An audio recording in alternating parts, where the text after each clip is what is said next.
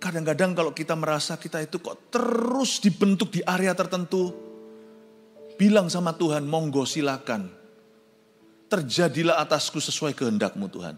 Jangan melawan, akan lama prosesnya. Kalau Anda belum subscribe di channel ini, segera supaya Anda bisa mengikuti terus rema-rema dari Roh Kudus ya. Mari kita buka surat Yakobus pasal pertama. Yakobus pasal 1 ayat 1 sampai 8. Saya bacakan dulu ya. Semua firman Tuhan ayat-ayat ini saya akan bacakan. Tolong kita semua harus konsentrasi penuh. Salam dari Yakobus, hamba Allah dan Tuhan Yesus Kristus kepada ke-12 suku di perantauan. Saudara-saudaraku, anggaplah sebagai suatu kebahagiaan apabila kamu jatuh ke dalam berbagai-bagai pencobaan.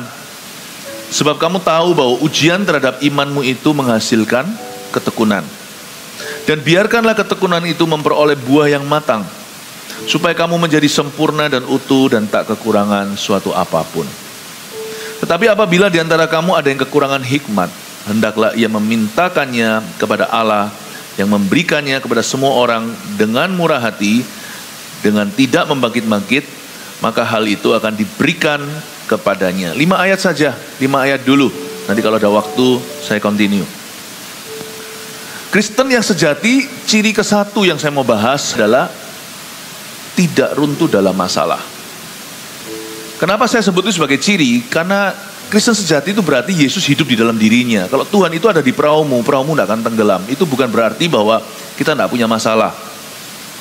Masalah kita, masalah orang benar itu banyak. Tapi kita nggak akan runtuh. Paling tidak di dalam jiwa kita tidak akan runtuh. Bumi dan langit bisa bergoyang. 1000 rebah di sisi satu, 10.000 di sisi satunya lagi. Biarkan sekalipun hati dan batinku habis lenyap. Ini saya mengutip ayat. Gunung batuku tetaplah Allah selama-lamanya. Orang Kristen sejati itu bisa lemah. Bisa lemah. Kadang-kadang kita merasa sudah habis lenyap. Hidupku ini sungguh-sungguh udah habis-habisan. Tapi orang Kristen sejati tidak akan bunuh diri. Dia tidak akan mengakhiri hidupnya. Karena tidak ada DNA di dalam dirinya itu yang namanya keruntuhan. Orang Kristen sejati itu jatuh paling bawah pun bottom rock, atau kalau sampai hidupnya itu betul-betul rubuh, jatuh ke bawah, dia pasti akan jatuh di atas batu karang yang teguh. Dia tahu bahwa Yesus itu Tuhan dan Juru Selamatnya, Tuhan yang pegang kendali atas hidupnya. Apapun yang terjadi, Roma 8 berkata bahwa Tuhan bekerja sama dalam perkara yang terburuk sekalipun, gak hanya perkara yang baik, untuk mendatangkan kebaikan bagi orang percaya.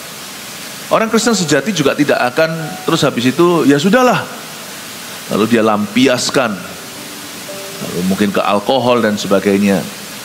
Ya mungkin itu bisa terjadi pada bayi-bayi rohani. Tetapi kalau kita adalah orang Kristen yang tulen, yang sungguhan, yang sejati, di dalam diri kita ada kekuatan supranatural dari Roh Kudus, agar kita bisa tabah melalui apapun dalam kehidupan ini. Kita harus mengerti dulu bahwa kekristenan itu bukan agama, tapi hubungan dengan Allah. Apapun terjadi, Tuhan itu akan menjadi fondasi. Dan dia itu akan menopang. Seperti lagu sekolah minggu. Zaman dulu waktu saya kecil sih, saya mendengarkan lagu ini, saya senang sekali. Ya, yaitu apa? Tuhan menetapkan langkah-langkah orang yang hidupnya berkenan padanya, apabila ia jatuh tak sampai tergeletak, sebab Tuhan menopang tangannya. Saya ingin Anda untuk mengerti bahwa dasar kekuatanmu adalah iman, dan iman itu tidak bisa tercuri, karena iman itu karunia atau kasih karunia Allah. Ketika kita percaya kepada Yesus, dia digantung di Kalvari karena kita, iman itu diberikan, dan iman itu adalah dasar atau fondasinya. Thank you. Kenapa ini? Oh, noise. Tes. Oke. Siap.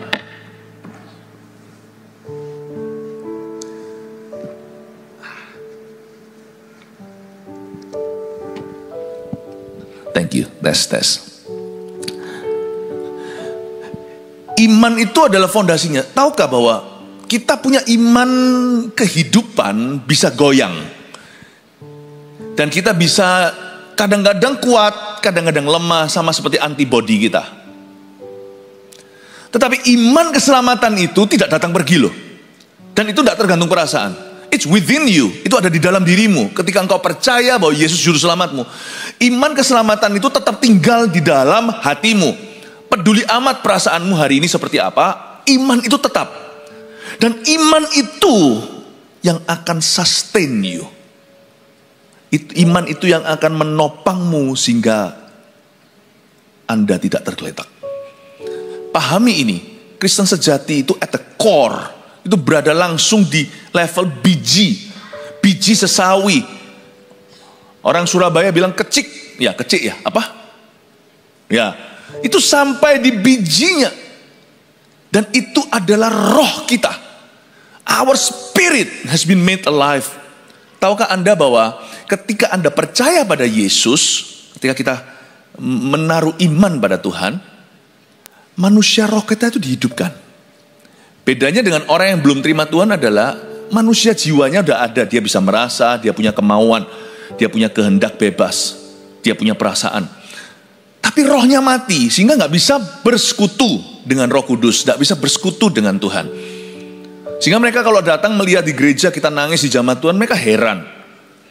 Lalu kita berkata satu dengan yang lainnya, ya Tuhan ngomong gini sama aku, Tuhan ngomong gitu, bukan ngeroh ya, tapi maksudnya kesaksian bahwa tiap hari dituntun oleh Tuhan. Itu mereka berkata, kalian ini halusinasi apa? Kalau manusia roh mereka itu mati, belum dihidupkan karena dosa, mereka tidak bisa bersekutu dengan Tuhan. Tapi orang-orang Kristen sejati, manusia rohnya sudah dihidupkan. Jadi kita tidak menilai segala sesuatu secara jasmani, tapi kita menilai juga sebagai orang-orang yang rohani. Bukan orang-orang yang sok religi ya, sok religius gitu ya. Bukan orang yang agamawi, tapi rohnya hidup. Dia bisa membedakan mana kehendak Tuhan dan dia tahu kehendak Allahnya. Dan dia bisa melihat Tuhan dalam segala perkara yang orang lain semua heran. Manusia rohmu itu gak bisa meninggal. Di situ Tuhan taruh hidup kekal. Manusia rohmu itu dihidupkan. Kalau dulu kita sebelum terima Tuhan baca Alkitab, apa ini? Dengar khotbah bisa kritik kanan kiri. Karena kita merasa Tuhan tidak berbicara, tapi sekali kita berserah pada Tuhan Yesus, kita menerima anugerahnya, kita merasa seperti lewat khotbah pun, meskipun penuh kelemahan, karena manusia yang lemah yang menyampaikannya, kita bisa menerima sesuatu, kita menerima rema. Manusia rohmu itulah fondasi kehidupan. Tidak mungkin bisa runtuh, itu tidak bisa mati lagi. Sadari bahwa hargai bahwa di dalam diri kita itu ada manusia roh kita yang harus kita hidupkan. Dan itu tidak bisa dihidupi dengan makanan. Kita makan rawon, soto, makan apalagi kalau di luar kota makan gudeg, makan apapun makanan, tidak bisa menghidupkan roh kita, karena makanan itu masuk ke jamban. Tapi hanya firman yang menjadi makanan manusia roh kita. Saya ingin Anda untuk mengerti poin ini dulu sebelum saya bahas ayat per ayat. Tidak runtuh dalam masalah karena kita punya Tuhan. Tidak runtuh dalam masalah karena manusia roh kita itu tidak bisa dijamah oleh permasalahan dunia. Tidak bisa runtuh dalam masalah karena manusia roh kita di dalam diri kita itu kekal dan melampaui kehidupan kita sekarang ini. Makanya itu manusia hidup bukan hanya dari roti, tapi dari setiap mulut yang keluar dari firman Allah. Dan manusia roh itu jangan kau buat kelaparan setelah dihidupkan Tuhan. Makan firman, belajar bersekutu dengan Tuhan. Selalu ada longing, selalu ada kerinduan untuk bersekutu dengan Yesus. Aneh ya, kita bisa punya barang-barang idaman, bahkan kita bisa memilih, kita juga bisa punya orang-orang idaman di hidup kita. Kok kenapa dalam diri kita masih terasa hampa dan tidak bisa diisi dengan benda maupun manusia? Itu karena manusia roh kita craving, ngidam, bersekutu dengan Tuhan. Nah, karena itu saya nggak mau membuat manusia roh saya kelaparan, baik secara individu atau saya saat teduh secara pribadi, maupun datang ke gereja bersekutu dengan saudara seiman. Itu membuat manusia roh saya dibangun. Itu dibangun. Ciri-ciri orang Kristen yang sejati itu adalah kehidupan kekristenannya keluar dari kerohanian yang ada di dalam dirinya. Nah sekarang mari kita baca ayat per ayat, saya jelaskan gimana tidak runtuh dalam masalah. Ada beberapa tips dari Tuhan. Salam dari Yakobus hamba Allah dan Tuhan Yesus Kristus kepada ke-12 suku di perantauan. Surat Yakobus ditulis oleh Yakobus, saudara Tuhan Yesus. Ya, mamanya sama, yaitu Maria. Dia menulisnya kepada ke-12 suku di perantauan. Dia tuliskan kepada orang-orang Kristen Yahudi atau Messianic Jews zaman itu. Dituliskan karena mereka tersebar kemana-mana. Dia tulis surat untuk dibacakan. Saudara-saudaraku, dia berkata begini, saudara-saudara seiman, anggaplah sebagai suatu kebahagiaan apabila kamu jatuh ke dalam berbagai-bagai pencobaan. Ini ayat 2 adalah ayat yang mengganggu. Ayat kedua ini adalah ayat yang membuat kita itu berkata, kok bisa begitu? Kok jatuh dalam berbagai pencobaan itu suatu kebahagiaan? Ngomong apa sih Yakobus ini? Tentunya ada hikmat Tuhan di dalamnya. Coba saya jabarkan. Saudara-saudaraku, anggaplah sebagai suatu kebahagiaan. Kebahagiaan di sini bukan happy. Bahagia di sini adalah joy. Joy sama happy itu beda. Joy itu lebih kecil. Happy itu perasaan saja. Perasaan yang futile, perasaan yang rawan. Happy itu datang, happy itu pergi. Kalau dia pergi, tolong dinanti. Nantikan aja, nanti akan datang kembali. Dia comes and goes. But the joy of the Lord is our strength. Sukacita Tuhan adalah kekuatanku. Sukacita tidak datang pergi sifatnya. Sukacita itu buah roh. Dia tetap ada di sana, matang pada pohonnya. Dan joy, kebahagiaan di sini atau sukacita di sini bisa cocok sama emosi apapun yang kita alami hari ini. Joy itu bisa coexist, bisa sama-sama hidup. Bisa hidup saat kita bahagia. Joy itu bisa hidup saat kita susah. Joy itu bisa hidup saat kita ngamuk, saat kita marah. Joy itu juga bisa ada di sana saat kita sabar. Joy ini cocok sama segala macam emosi yang ada padamu hari ini. Apapun yang Anda alami hari ini, joy is right there. Makanya jangan kehilangan sukacitamu, jangan biarkan itu dicuri.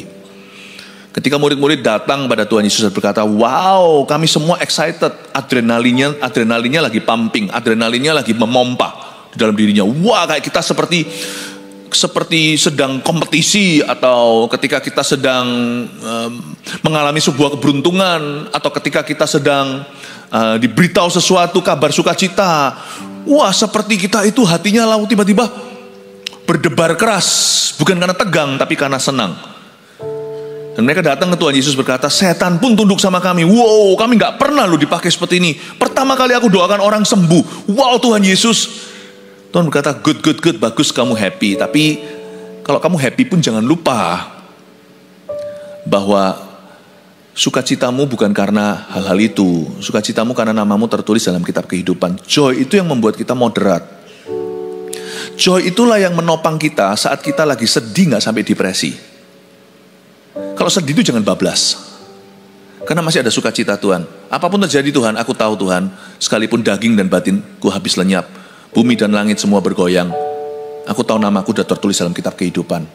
Sedih gak sampai depresi. Tapi happy gak sampai lali. Bahagia gak sampai lupa. Orang biasanya kalau, wah aku dapat, bayangin. Misalnya ada undian, aku dapat mobil baru, wah seneng banget. Saking senengnya, kita jadi lupa diri. Senang sekali, ingatlah itu hanya materi. Joy membuat kita jadi mawas diri. Ya puji Tuhan, haleluya, senang sih senang, gak munafik, very happy. Tapi happy tetap harus lakukan tanggung jawabnya sehari-hari. Se-happy sana, jangan lupa berdoa. Jangan karena senang sekali tiba-tiba dapat keberuntungan, lalu habis itu sudahlah, gak perlu pelayanan. Gak perlu, hari ini aku cuti tidak baca firman. Karena kenapa? Aku terlalu bergairah untuk ini. I'm very excited for this. Apapun yang membuatmu happy hari ini, joy akan ngerem Anda untuk tidak jadi lupa diri. kita diingatkan, hei, puji Tuhan, setan takluk sama kamu. Hari ini kamu melihat terobosan baru. Ini fenomenal, gak pernah terjadi dalam hidupmu. Yesus gentle reminder, please jangan lupa, sukacitamu itu bersukacitalah karena namamu tertulis di kitab kehidupan, bukan karena mujizat-mujizat ini. Wow. Tuhan ingatkan mereka, se-happy-happy kamu, masih akan ada pencobaan kemudian hari. Jadi gak apa-apa bahagia. Tuhan gak suruh kita, Tuhan itu bukan tipe orang yang kalau kita lagi berapi-api lalu disiram sama air gitu lalu dipadamkan. Tuhan tuh gak gitu. Cuman Tuhan mau kita itu tetap mengendalikan diri. Baik waktu happy, waktu sedih, kita tetap harus punya self control, buah roh nomor 9. Tanpa buah roh nomor 9, kasih jadi berlebihan, sukacita jadi tak terkendali, damai sejahtera jadi membuat orang itu jadi pasif sama sekali. Ya, kebaikan, kemurahan semua jadi ekstrim. Tetap kamu perlu self control, kata Tuhan sama Petrus. Kalian tetap perlu mengendalikan diri. Joy makes your low not so low, makes your high not too high. Sukacita, kebahagiaan membuat kita sedih gak sampai depresi. Dan kalau kita diberkati juga tidak jadi orang yang lupa diri. Anggaplah sebagai suatu kebahagiaan apabila kamu jatuh ke dalam berbagai-bagai pencobaan. Perhatikan kata jatuh ke dalam pencobaan, bukan jatuh ke dalam dosa. Jatuh ke dalam pencobaan itu berarti sebelum dosa. Kita tidak bisa kontrol kapan kita dijebak dalam situasi yang mencobai. Asal kita jangan sengaja berjalan ke sana. Makanya di sini ayatnya, berbahagialah kamu apabila kamu jatuh ke dalam pencobaan. Bukan berbahagialah kamu apabila kamu berjalan ke dalam pencobaan. Orang jatuh itu kan nggak tahu, jalan tiba-tiba, di situ ada batu. Kan dia nggak sengaja berjalan ke sana. Dia nggak sengaja mencelakakan dirinya. Apabila kamu jatuh ke dalam berbagai pencobaan itu tidak ada unsur kesengajaan. Tapi situasi yang tidak dia duga mencobai dirinya. Misalnya kalau kita lagi di jalanan, kita nggak membangkitkan amarah orang lain, kita menjadi provokator. Tapi tiba-tiba kalau kita diprovokasi, kalau tiba-tiba ada orang yang dekat kita emosi, lalu nggak mau antri, lalu dorong sana sini, lalu tiba-tiba anak kita sama kita itu, anak kita didorong sampai jatuh, dia serobot aja, main serobot nggak mau antri. Nah itu jatuh dalam pencobaan kita. Kita nggak mencobai siapa-siapa, kita jatuh dalam pencobaan. Dalam situasi seperti itu, tahan dirimu. Tuhan berkata, kamu bahagia jikalau kamu jatuh dalam pencobaan, karena kamu bisa buktikan, Anda bisa membuktikan ketaatanmu pada Tuhan. Kapan kita sebagai orang Kristen bisa membuktikan ketulusan? Kapan kita bisa membuktikan kalau kita sungguhan? Ya lewat pencobaan. Apabila kamu jatuh ke dalam pencobaan, bukan jatuh ke dalam dosa. Jikalau situasi tiba-tiba itu menjebakmu, janganlah kita kecewa. Berhenti sejenak dan coba melihat dari perspektif yang lain. Mungkinkah Tuhan izinkan suasana ini agar supaya saya bertumbuh imannya? Bagaimana saya bisa mengalami buah roh yang namanya kesabaran kalau saya tidak ada orang cari gara-gara?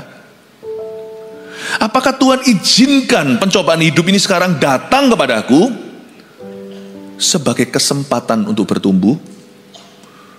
Mungkinkah Tuhan izinkan sekarang masalah persoalan di tempat kerja saya, keuangan, saya sekarang dililit hutang. Mungkinkah Tuhan itu mau bereskan prioritasku yang salah? Mungkinkah Tuhan itu mengizinkan hal ini bukan salahnya Tuhan, ini aku yang salah perhitungan. Mungkinkah ini menarik saya menjadi dekat pada Tuhan, membuat saya semakin bersandar dan bergantung pada kuasa-Nya? Mungkinkah justru saya akan temukan hikmat-hikmat yang nanti kemudian saya bisa ajarkan kepada anak cucu saya, jangan ulangi kesalahan papa zaman dahulu kala. Kita itu harus punya pikiran yang berbeda. Waktu kita jatuh dalam pencobaan, anggaplah sebagai suatu kebahagiaan. Anggaplah itu kesempatanmu untuk bertumbuh dalam iman. Kalau kita bisa mikir begini, kita tidak akan runtuh. Karena kita selalu mendapatkan titik terang dan kita selalu berhasil untuk optimis dalam setiap perkara. Kita akan selalu berharap pada Tuhan. Tapi masalahnya orang biasanya kalau jatuh dalam pencobaan biasanya cari kambing hitam. Kalau orang lain, kambing lain sudah bisa ketemu, dialah kambing hitamnya. Dia suka menyalahkan dirinya dan melukai dirinya. Don't do that. If you do that, kalau kita lakukan itu, kita akan kehilangan kesempatan emas untuk bertumbuh hari itu. Berbahagialah, anggaplah sebagai suatu kebahagiaan apabila kamu jatuh ke dalam berbagai-bagai pencobaan. Sebab kamu tahu bahwa ujian terhadap imanmu itu menghasilkan ketekunan. Hal pertama yang dihasilkan waktu kita mengalami ujian iman itu adalah ketekunan. Yang pasti ketekunan itu bukan kepasrahan. Orang yang pasrah ketika dalam masalah, orang itu clueless, tidak tahu apa-apa. Sedia payung sebelum hujan, belajar firman sebelum alami pencobaan, supaya ketika pencobaan datang, kita itu sudah tahu arah yang benar itu apa. Kita sudah mengerti kehendak Allah. Orang yang baru cari kehendak Tuhan, saat dia mengalami pencobaan, orang itu tidak akan bisa menemukannya. Karena pikirannya sudah dipenuhi dengan masalahnya. Makanya itu sedia payung sebelum hujan. Makanya itu bertumbuh itu harus reguler. Bertumbuh itu harus teratur. Sama Tuhan jalan itu harus konsisten. Jangan cari Tuhan ketika kita dalam permasalahan. Carilah Tuhan sebelum kita masuk dalam permasalahan. Ada nggak ada masalah, carilah Tuhan. Baik tidak baik waktunya, beritakan firman. Karena ketika kita mengalami pencobaan, kita akan praktekkan pengetahuan kita. Pengenalan kita akan Tuhan itu jadi berguna. Ketekunan itu bukan kepasrahan. Orang pasrah itu ya sudahlah, terserah apa yang jadi kehendak Allah. Orang tekun itu tahu kehendak Tuhannya, dan dia press on, dan dia lawan arus untuk berjalan ke sana. Ketika kita dalam pencobaan, ya misalnya soal mengampuni. Kalau kita yakin dulu bahwa pengampunan itu kehendak Allah 100%, waktu kita ditekan, waktu ada orang melakukan sesuatu yang merugikan, ketika kita itu ketika orang itu memberikan perlakuan yang salah terhadap kita, ketekunan itu berarti aku tahu aku harus mengampuni, tapi susah Tuhan. Lalu dia berdoa, minta didoakan, bahkan dia berpuasa, aku harus menang, aku harus mengampuni. Tekun itu tahu kemana dia tuju, tapi dia ngotot ke situ karena dia tahu kalau dia nggak ngotot dia pasti ke bawah arus. Tekun itu tahu apa yang harus dia lakukan. Masalah rumah tangga, aduh istrinya, kadang-kadang istrinya loh hari-hari ini tuh emansipasi bener. Gak hanya pria yang jadi biang masalah, kadang-kadang perempuan juga bisa dalam satu pernikahan. Tapi aku tahu bahwa cerai itu bukan jalan. Kecuali karena perzinahan. Itu pun gak langsung jalan tol. Itu pun masih ada jalan-jalan tikus yang masih bisa ditempuh untuk memulihkan hubungan itu. Aku udah ngelus-ngelus dada pasanganku ini, ya ampun Tuhan tahu gini aku gak kawin sama dia. Percuma, kan kita tahu sebagai orang yang kenal kehendak Allah, menoleh ke belakang itu bukan jalan. Kita tahu di Efesus 6 berkata, semua perlengkapan senjata Allah itu di depan. Gak ada yang namanya baju zirah untuk geger kita. Punggung kita itu tidak dilindungi, makanya jangan lari dari masalah. Orang yang menoleh ke belakang dan lari tidak layak bagi kerajaan Allah. Hadapi. Aku tahu kalau jalan ke belakang bukanlah jalanmu Tuhan. Aku tahu satu-satunya jalan adalah mencari titik tengah, win-win solusinya di mana, dan aku belajar ngalah sebagai imamnya. Misalnya, tekun itu tahu meskipun susah, tapi dia ngotot ke sana. Pahami kata tekun. Tekun itu tidak berarti tekun itu adalah suatu tindakan yang berdarah-darah. Untuk ke situ aku tekun. Seperti seorang atlet. Waduh, disuruh latihan begini begitu. Apalagi kalau yang nge-gym ya kan, udah masuk ke leg day semuanya yang disikat kakinya. Suruh core atau perutnya, suruh kardiovaskular, suruh latihan kardio seperti lari-lari, seperti lompat-lompat. Aduh. Tapi harus tekun supaya burn calories. Orang mau menang harus tekun, setengah mati itu latihannya. Seperti anak-anak kecil yang gimnastik, baik Rusia, China kan terkenal dengan atlet-atlet demikian. Itu dari umur-umur kecil, umur 5, umur 6 udah ditekuk-tekuk tuh. Sampai nangis-nangis, tapi dia terus karena dia pikirannya ke Olimpiade dan dia mau menang emas. Tekun tuh tahu visinya, aku tahu bahwa ini yang aku tuju, ini yang aku mau, aku ke situ berdarah-darah, berkeringat-keringat. Bapak Ibu Saudara, hari-hari ini adalah hari-hari yang jahat. Orang yang clueless akan ditelan pencobaan. Tapi orang yang teguh berdiri pada firman, orang itu akan memperoleh kekuatan baru, mereka akan berjalan dan tidak lesu. Masa muda mereka akan diperbarui seperti Raja Wali, seperti Raja Wali yang terbang tinggi. Sebab kamu tahu bahwa ujian terhadap imanmu menghasilkan ketekunan. Ketekunan bukan kepasrahan, tapi active endurance. Ya, kata tekun itu kata aktif, bukan kata pasif. Kalau pasrah itu pasif, ya terserahlah. Aku nyerah, bukan. Tekun itu aktif. Dan biarkanlah ketekunan itu memperoleh buah yang matang, supaya kamu menjadi sempurna dan utuh dan tak kekurangan suatu apapun. Sudah tekun, gak bisa satu ronde. Tekun itu gak pernah satu ronde. Tekun itu beronde-ronde, dan biarlah ketekunan itu memperoleh buah yang matang. Buah yang matang di sini itu perlu waktu. Coba kalau Anda lihat buah mangga jikalau musimnya, atau buah apapun juga durian. Kalau Anda suka saat teduh di alam terbuka, janganlah bertapa di bawah pohon durian maupun pohon nangka. Tahukah buah yang matang pada pohonnya itu jatuh sendiri pada waktunya?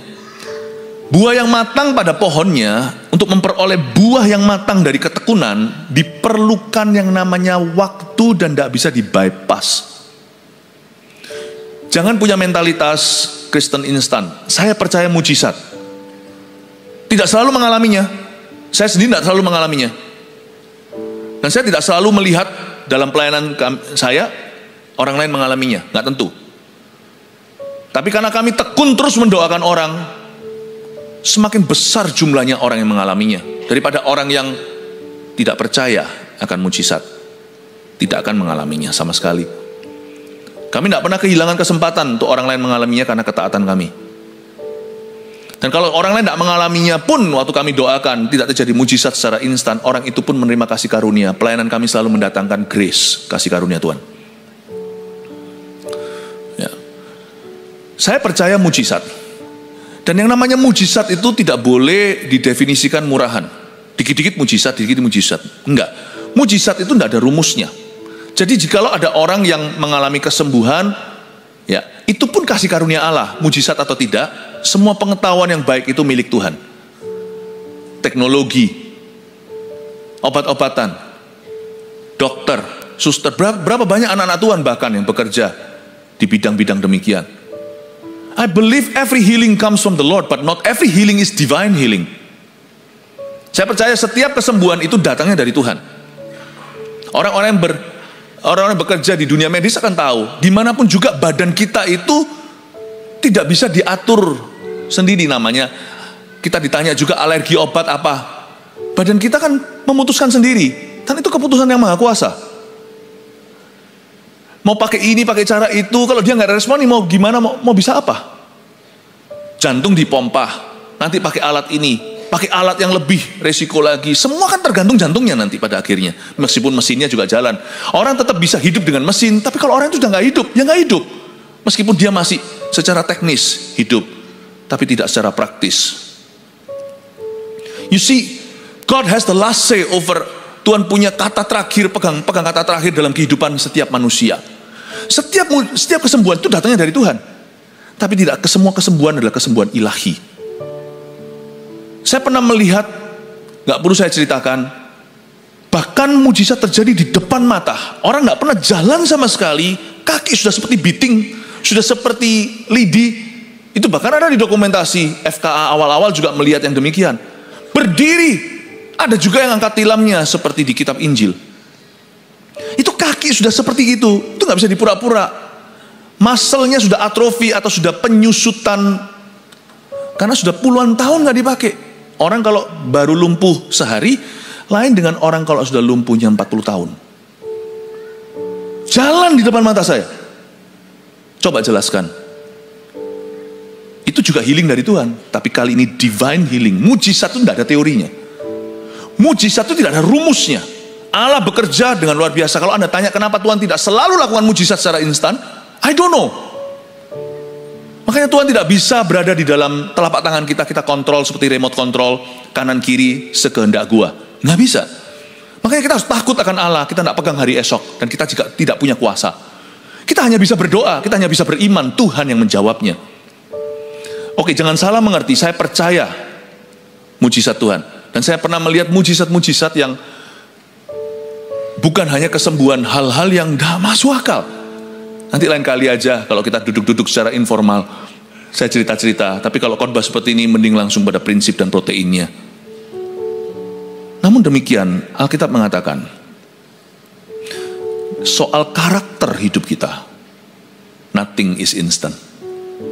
Tidak ada yang instan. Kekristenan itu perlu ketekunan. Biarkan ketekunan itu memperoleh buah yang matang. Buah yang matang pada pohonnya itu perlu waktu. Tidak bisa di-bypass. Karena itu kadang-kadang kalau kita merasa kita itu kok terus dibentuk di area tertentu, bilang sama Tuhan, monggo silakan. Terjadilah atasku sesuai kehendak-Mu Tuhan. Jangan melawan. Akan lama prosesnya. Sebab Tuhan tidak mau mematangkan anak-anaknya secara instan. Meskipun keselamatan terjadi secara instantly, misalnya penyamun yang di samping Yesus, hari itu juga Yesus berkata, sore ini kau dan aku di Firdaus. Memang mereka bertiga, Tuhan Yesus dan 2 orang penyamun di kiri kanannya sama-sama meninggal dunia. Hari itu juga keselamatan itu instan, tapi bukan kekristenan. Kekristenan yang sejati itu lapis legit. Dibikin sama Tuhan itu lapis per lapis, dan itu perlahan-lahan harus matang di pohonnya. Itulah sebabnya perlu kita komitmen kepada Tuhan. Itulah sebabnya komitmen itu penting sekali. Misalnya dalam pernikahan. Pernikahan juga wow. Ada satu orang muda baru pacaran berkata, wow, kayaknya perasaan seperti ini. Ya, Lavian Rose ini. Ini yang akan kurasakan seumur hidupku. Saya berkata, true, betul sekali. But not only that. Tuhan juga tidak akan memberimu berkat romansa, tapi juga Tuhan akan membuat kalian semakin serupa, dan itu perlu pembentukan dan gesekan. Membuatmu semakin sehati. Intimacy itu bukan secara fisik only, intimacy itu juga secara hati, pikiran selaras. Tuhan akan membuat kalian dewasa dalam pernikahan. Saya ngomong sama anak muda itu betul, tapi not only that. Nah, hanya itu. Dibutuhkan komitmen. Kerja juga mesti komitmen. Semua orang sekarang sih kepinginnya judi. Apa sih masalahnya orang-orang yang sekarang terlibat dengan judi online dan sebagainya? Karena mau instan. Dia kira itu sebenarnya yang salah adalah doktrin teologinya. Salah percaya makanya salah melangkah. I do not believe kekayaan yang sejati yang Tuhan berikan dalam kehidupan anak-anaknya itu terjadi secara instan. Kita harus belajar menabung, kita harus belajar menghemat, kita harus belajar budgeting, kita harus belajar tanggung jawab supaya income kita tidak dibawa expenditure kita. Simple matematika, simple ekonomi. Lalu kita cuma taunya iri ketika lihat orang lain diberkati. Kita nggak lihat resumenya, kita nggak lihat CV-nya, kita nggak lihat sejarahnya. Puluhan tahun orang itu menabung. Sedangkan yang lainnya gaya, dia mawas diri, pelan-pelan naikkan taraf hidupnya. Lalu ketika orang lain berhasil, kita tinggal cerca dan kita tinggal nyinyir. Uang siapa dan apa? You don't know the history. Mungkin kita nggak ngerti. Nggak usah pedulilah apa kata dunia. Yang penting Anda lakukan dengan benar hidup Anda. Itu Kristen sejati, kelola talenta. Apa sih masalahnya judi-judi segalanya ini? Pahami. Karena semua orang berangan-angan, kalau bisa aku langsung kaya. Bahaya. Bisa. Tidak ada orang yang memenangkan lotre misalnya, yang sampai jutaan dolar misalnya di luar negeri yang bisa setelah itu hidupnya genah. Kalau dia tidak membangun portfolionya dulu, karakternya pelan-pelan, waktu dia sampai di sana tiba-tiba besar pasak dari tiang, artinya berkatnya, rezekinya lebih besar daripada karakternya untuk bisa mengelola. Yang namanya kekayaannya melebihi kekayaan karakternya. Coba lihat nanti ya, tiba-tiba dia dirubung dengan teman-teman yang palsu, semua minta pinjaman, pesta poranda karuan, beli barang-barang. Memang dari dulu nggak punya taste, nggak punya selera.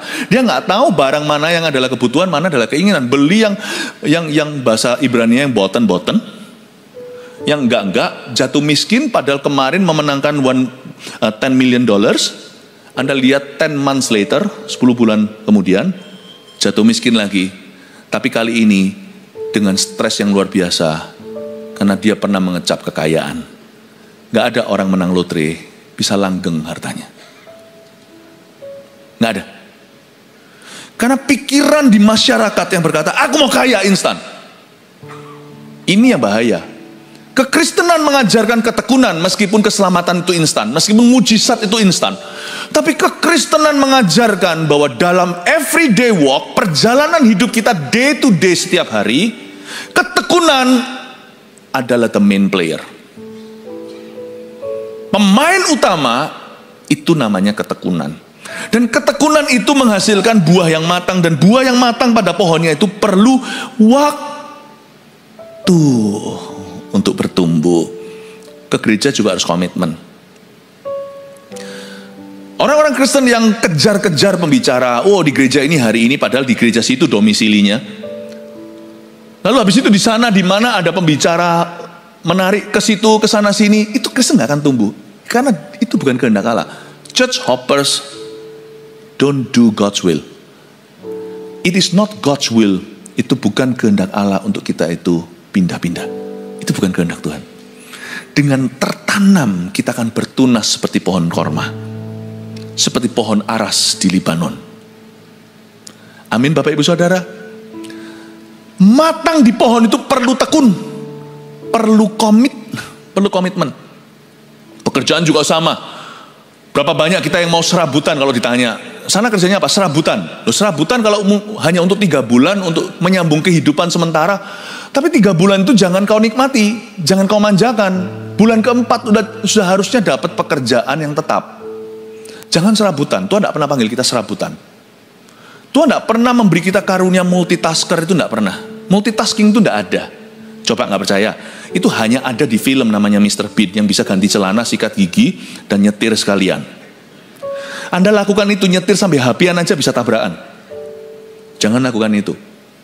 Tuhan suruh kita bukan multitasker, tapi bisa bagus di satu area. Kenapa ada orang tertentu kelihatannya bisa multitasking? Karena dia cepat wisuda di satu tugas yang diberikan, dia sungguh-sungguh dan berhasil. Lanjut berikutnya itu sinergi semua. Kelihatan di mata orang seperti rainbow atau pelangi itu kelihatannya warna-warni, itu kalau diputar semuanya itu cuma satu putih. Kelihatannya multitasking, tapi sebenarnya orang itu sangat responsibel dengan setiap task yang diberikan. Jangan serabutan.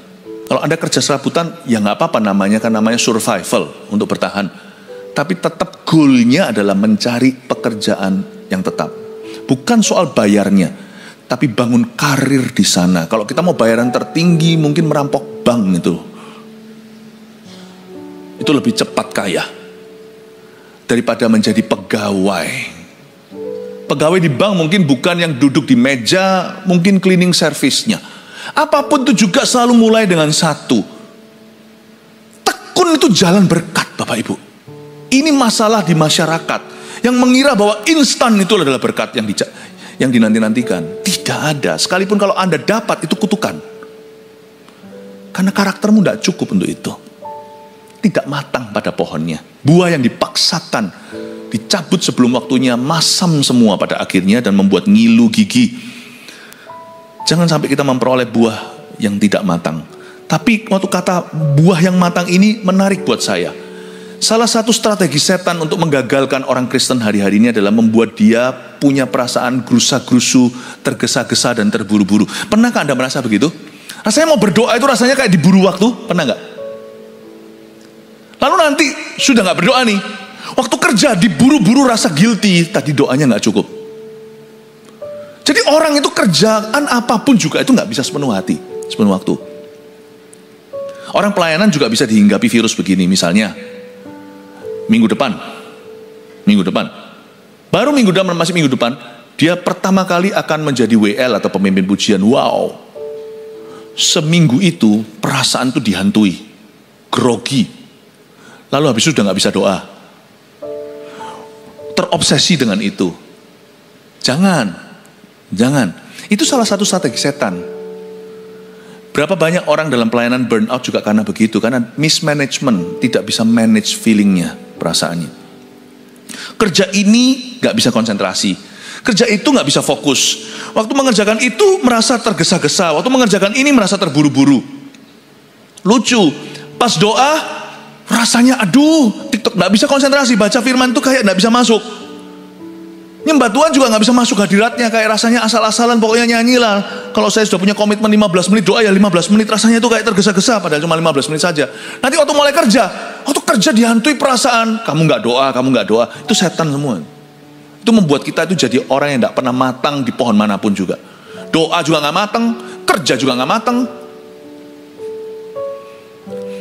Pas sekolah mikir pacaran, nanti pas pacaran mikir sekolah. Ini orang yang nggak pernah matang pada pohonnya. Menurut saya salah satu strategi setan di akhir zaman adalah membuat orang tidak bisa fokus. Fokus, kalau di gereja fokus, kalau kerja fokus, kalau kerja jangan mikir gereja. Kerja sumban. Kalau di gereja jangan mikir kerja. Kalau semuanya kita lagi doa, jangan mikir yang lainnya. Setelah doa, pikirkan semuanya itu dengan kuasa doa yang kau dapatkan tadi pagi. Pikirkan sungguh-sungguh. Di kantor jangan nganggur. Di kantor jangan berdoa. Berdoa di hati maksudnya. Tapi jangan habis itu kita ambil sesi khusus 1 jam di kantor, baca Alkitab dan doa. Marah nanti bosnya. Kecuali kalau kantornya adalah departemen doa. Ini yang disebut memperoleh buah yang matang. Pahami bahwa Anda mesti matang. Saya dan Anda dan kita harus matang di pohon kita yang Tuhan tentukan. Belajar matang perlu waktu, perlu sabar, perlu komit, perlu tekun, perlu konsentrasi. Karena nanti ya pasti ada loopholes, lubang-lubang yang terabaikan. Kalau Anda tidak konsen, kalau kita tidak fokus, kita tidak akan bisa melihat potensi yang Tuhan beri. Kita tidak akan bisa, kerjaan kita tidak akan pernah bagus apapun itu. Bekerja untuk Tuhan juga nggak bagus. Pekerjaan yang Tuhan berikan dalam hidup kita juga nggak bagus. Ayat 5. Tetapi apabila di antara kamu ada yang kekurangan hikmat, hendaklah ia memintakannya kepada Allah, yang memberikan kepada semua orang dengan murah hati dan dengan tidak membangkit-bangkit, maka hal itu akan diberikan kepadanya. Kalimat ini berkata, kalau kamu kurang hikmat, hendaklah ia memintakannya kepada Allah. Garis bawahi kata memintakannya kepada Allah. Coba saya jelaskan dulu. Hikmat itu apa?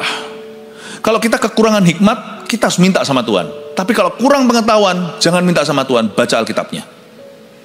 Alkitab tidak berkata seperti ini. Tapi apabila di antara kamu ada yang kekurangan pengetahuan, pengetahuan tidak boleh kurang, timbalah. Pengetahuan yang umum, ya itu juga dari Tuhan, namanya sekolah. Anak-anak itu, anak-anak yang masih di bangku sekolah, tugas dasarnya adalah bersekolah dengan benar. Tapi kita semuanya, apapun profesi kita sekolah tiap hari. Kita setiap hari mengisi hidup kita dengan firman. Apabila di antara kamu ada yang kekurangan pengetahuan, jangan minta sama Tuhan, buka Alkitab. Tuhan akan tuntun. Tuhan, jangan minta sama Tuhan pengetahuan. Timba dulu pengetahuan, nanti Tuhan akan pakai pengetahuan itu untuk mengajarimu hikmat. Paham Bapak Ibu Saudara? Tuhan Alkitab tidak pernah berkata, Yakobus dalam urapan menuliskan demikian. Kalau ada yang kekurangan hikmat, dia tidak berkata kekurangan pengetahuan. Apa bedanya hikmat dan pengetahuan? Pengetahuan adalah the what. Pengetahuan itu apa? Hikmat itu bagaimana? Kalau hikmat itu the how. The what jangan minta. Itu sama dengan kita ngomong di sekolah, oke, aku minta pengetahuan. Oh, pengetahuan enggak untuk diminta. Pengetahuan yang sudah disediakan, diajarkan di sekolah, konsentrasi, pelajari, kamu renungkan, latihan. Nah, setelah itu, kalau masih bingung bagaimana mengaplikasikan pengetahuan dan rumusnya, boleh ada ekstrakurikuler les namanya, atau guru akan mementori secara pribadi. Tapi anak yang belum apa-apa mau les, tapi nggak pernah belajar dan nggak pernah konsentrasi di kelas, jangan dileskan Bapak Ibu Saudara. Suruh dia dengarkan pelajaran. Pengetahuan itu tugas sang murid, hikmat tugas sang guru. Karena itu tidak dikatakan oleh Yakobus, barang siapa di antaramu kekurangan pengetahuan, baca Alkitab. Bukankah lagu tadi, jangan berpikir aneh-aneh, gak dinyanyikan tadi ya, yang nyanyian dari timur kapan hari. Firman Tuhan itu penting sekali. Daripada pikir yang aneh-aneh, lebih baik renungkan firman Tuhan. Hikmat itu the how, knowledge atau pengetahuan itu the what. Pengetahuan itu adalah kebenaran. Hikmat itu adalah applied knowledge atau pengetahuan yang diaplikasikan. Aplikasi dari pengetahuan yang kita dapat itu hikmat. Karena itu di Alkitab dikatakan, kalau ada kekurangan hikmat, bukan pengetahuan, minta kepada Allah. Bahasa Inggrisnya ask God. Minta loh ya. Bukan dengan menuntut Allah, apalagi marah-marah, tuding-tuding, dan rasa kecewa. Kalau orang kayak gitu, ketika kau kekurangan hikmat, minta kepada Allah, bukan marahi Allah. Kalau kita nggak ngerti sesuatu, kenapa kau izinkan ini dan itu, hendaklah kita jangan banyak bicara dulu atau masuk hadirat Allah, lebih banyak mendengar kata kita pengkhotbah. Kita masuk dengan hati yang rendah hati dan berkata, I don't know about this, aku nggak ngerti sama sekali sekarang itu, I'm lost, sungguh-sungguh aku seperti tersesat dalam pikiranku. Lord Tuhan, aku minta hikmat. Mintalah dengan humility, dengan kerendahan hati. Bantu aku mendapatkan perspektif yang baru tentang hal ini Tuhan. Tapi banyak orang Kristen itu kalah di depan. Waktu masuk hadirat Tuhan dengan marah-marah, dengan tuding-tuding dan curhat-curhat yang tidak perlu, dan rasa kecewa dilampiaskan ke Tuhan. Kenapa engkau? Alkitab berkata, kalau kau kekurangan hikmat, bukan tuding Allah, tapi minta kepada Allah. Kalau kita kekurangan hikmat, minta kepada Tuhan, bukan marah-marahin Tuhan. Nah, kesalahan orang Kristen kenapa setelah mengalami permasalahan, dia runtuh karena bukan dia minta hikmat, dia marah, justru menuding Allah yang bukan-bukan. Bapak Ibu Saudara, inilah kesalah kaprahan orang-orang Kristen dalam menghadapi permasalahan. Upon entering the presence of God, they put on the wrong attitude. Waktu masuk ke hadirat Allah, bukan datang untuk belajar, untuk gain atau memperoleh godly perspektif atau perspektif ilahi, tapi mereka masuk dengan ngamuk-ngamuk sama yang maha kuasa. 100% so pasti tidak akan memperoleh hikmat, malah justru semakin tersesat. Tapi kalau kita kekurangan hikmat, mintalah kepada Allah. Ask God, not demand, not be demanding, tapi asking, bertanya pada Tuhan. Dan Alkitab mengatakan dengan jelas, kalau kita kekurangan hikmat, you ask God, minta pada Allah, bukan cari di buku, bukan cari di majalah.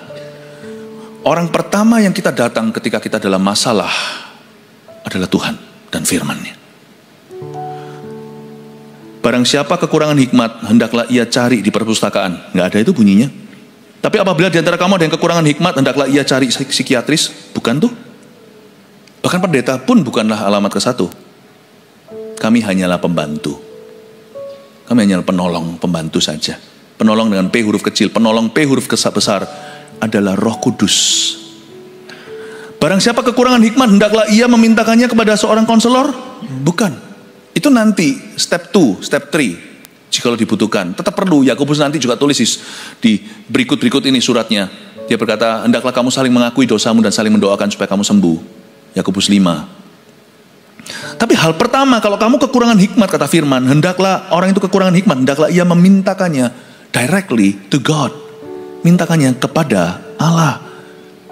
Minta bukan ngamuk. Minta, bukan marah.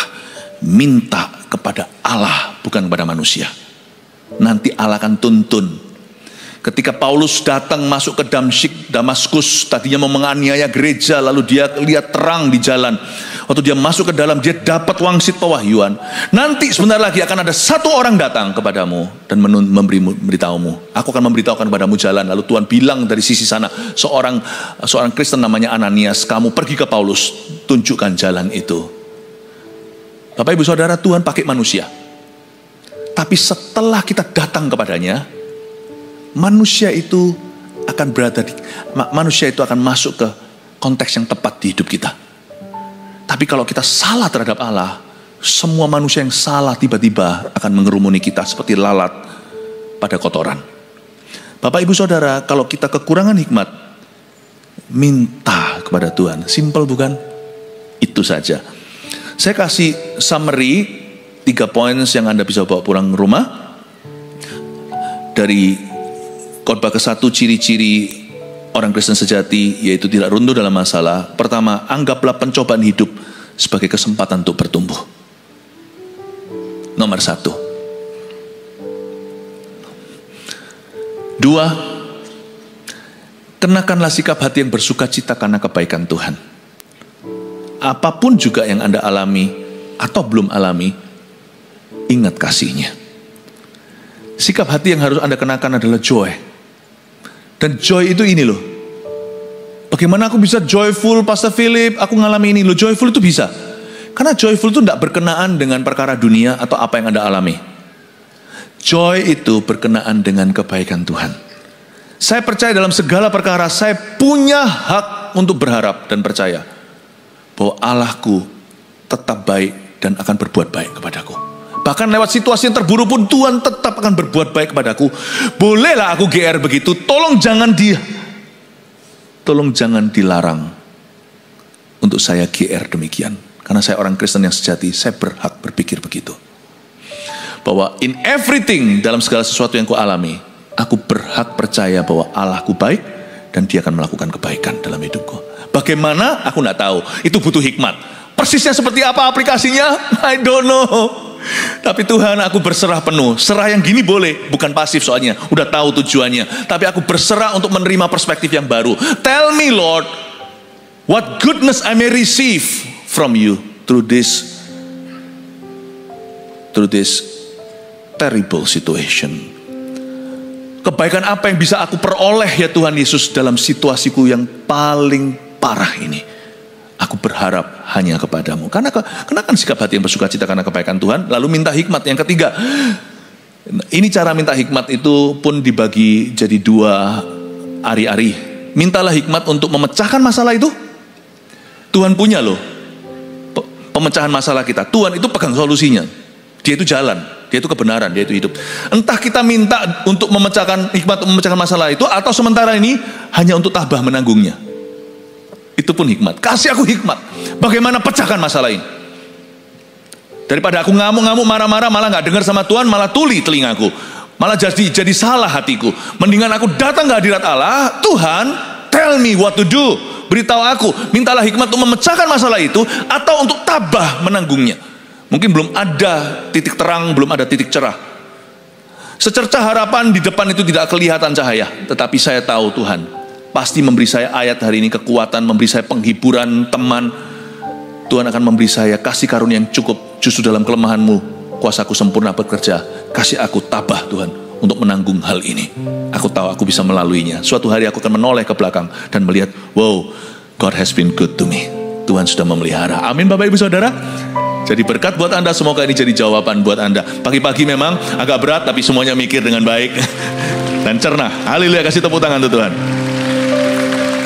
Nah, kita cerna baik-baik, dan saya percaya firman ini akan berguna untuk hari-hari yang akan datang. Jadilah orang Kristen yang sejati dalam hidupmu. Jangan jadi orang Kristen yang pura-pura. Jangan jadi orang Kristen yang KTP-an. Tapi jadi orang Kristen yang dari dalam manusia rohnya ada kehidupan. Praise the Lord. Jesus loves you. 1 Petrus 4 ayat 7. Kesudahan segala sesuatu sudah dekat. Karena itu, kuasailah dirimu dan jadilah tenang, supaya kamu dapat berdoa. Saudara yang terkasih, terima kasih telah mendengarkan firman Tuhan hari ini. Jangan lupa untuk dukung terus channel ini dengan cara subscribe, like, share, dan juga komen, agar saudara kita yang lain juga boleh terberkati. Tuhan Yesus memberkati kita.